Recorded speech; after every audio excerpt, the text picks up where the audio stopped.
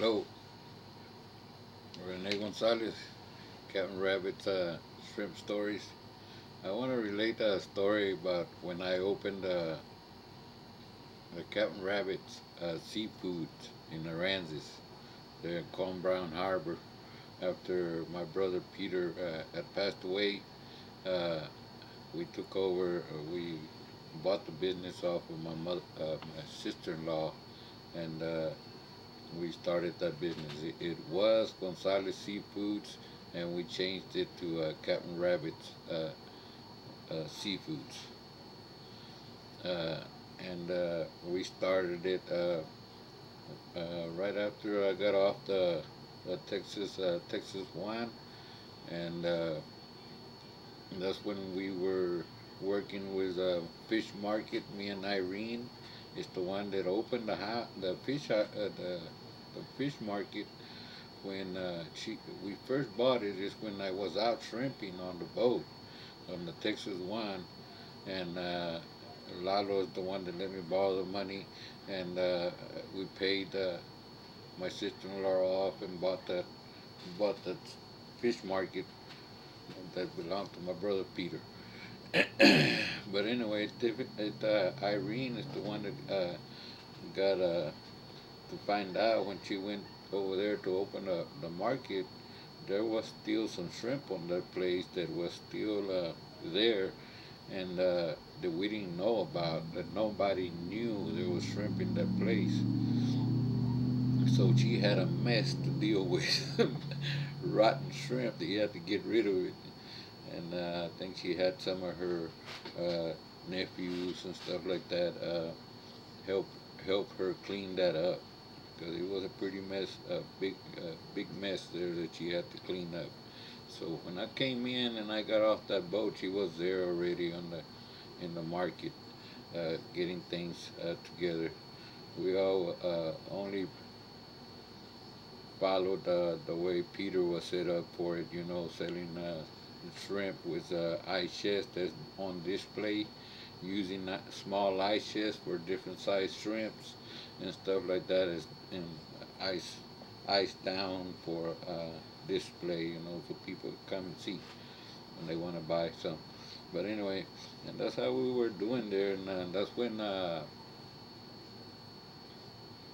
old Robert Sines and Anthony Gallegos came by and started talking to me, and when they asked me to start running that boat, not running but managing the Conejo del Mar, and that's when the time we had a little Willie was running that boat, but no, he was a young guy. What was that guy's name? I'm not sure if it was Eddie, and he used to work for Gulf King with us, and he was a good guy, man. But he worked on that boat for a long time.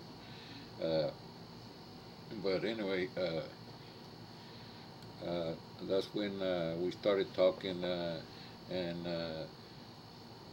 I asked Anthony Gallegos they would help me finance a boat and get me started on a big boat. At that time, we had me and Peter had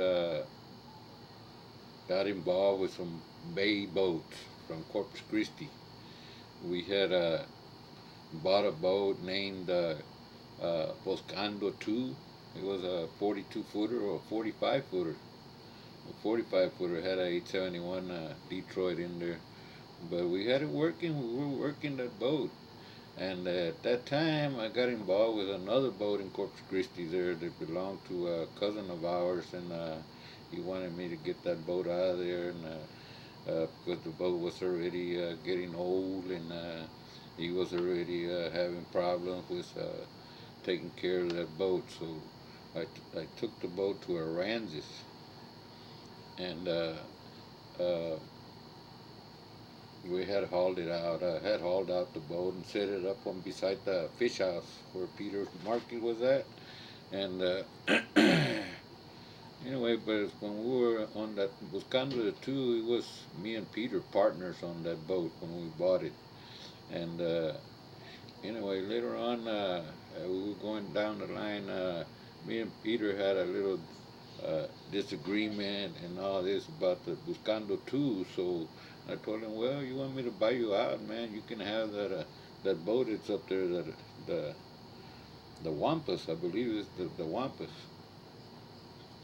I'll give you that boat for that part that of the year half of it that we had paid to get the down payment on that boat.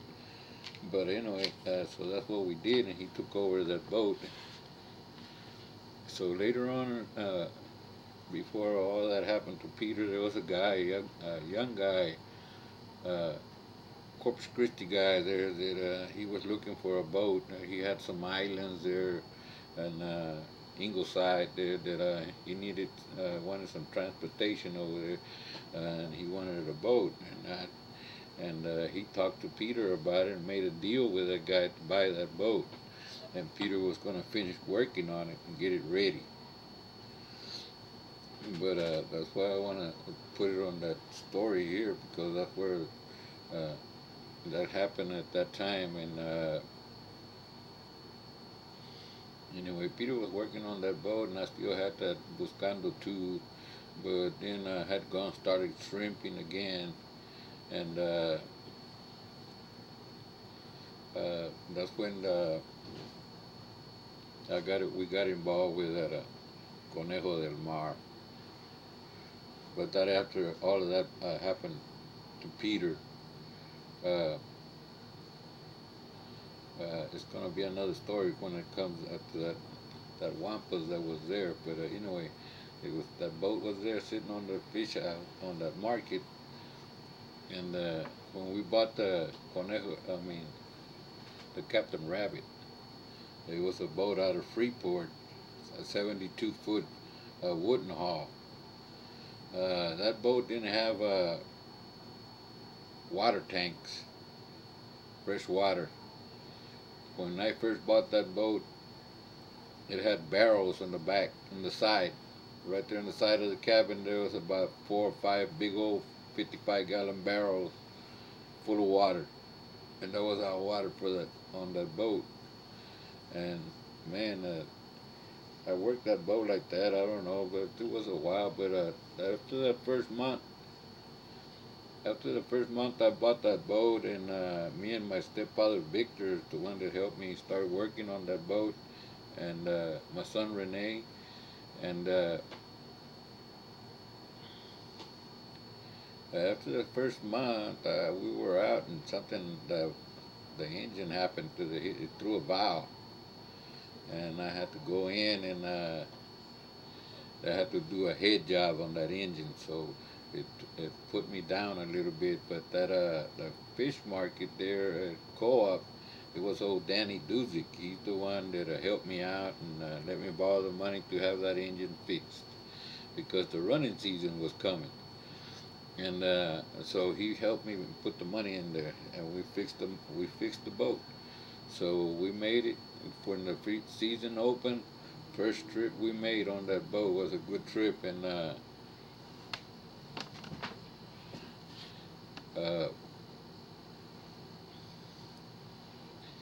so I paid that guy off. But anyway, we started making some money. When I first bought that boat, we were lucky. We were catching a few shrimp, and price of the shrimp was still good.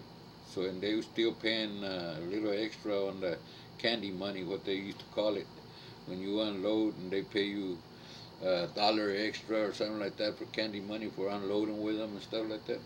But anyway, so they were paying good money for the shrimp at that time. So we started doing good on the Captain Rabbit. I got some pictures of it and stuff like that. Uh, that boat right there had a I had that boat, I would say maybe 4 or 5 or 6 months or something like that. It sprung, started making a lot of water. It started leaking real bad. It had a big old crack right on the water line, because it was fiberglass. It was fiberglass over wood, you know. It had a big old coat of fiberglass on top, on the wood, the shell of the boat. But it had a crack on there from I would say about 6 foot of 6 foot crack right on the water line where whenever the boat starts moving, the water pressure would get in, would come in, and that boat always had to have a real good pump uh, going at all times, and that happened for a long time. When I had that boat like that, I don't know, but shit, it gave me, it scared me a lot of different times there where, if anything happens to that generator, where, because that pump we have is a submergible electrical 110 pump, so we're using the generator all the time to run that pump. And with those submersibles where they come in uh, pump by itself, and take care of whenever the water level gets to a certain level, it starts pumping by itself.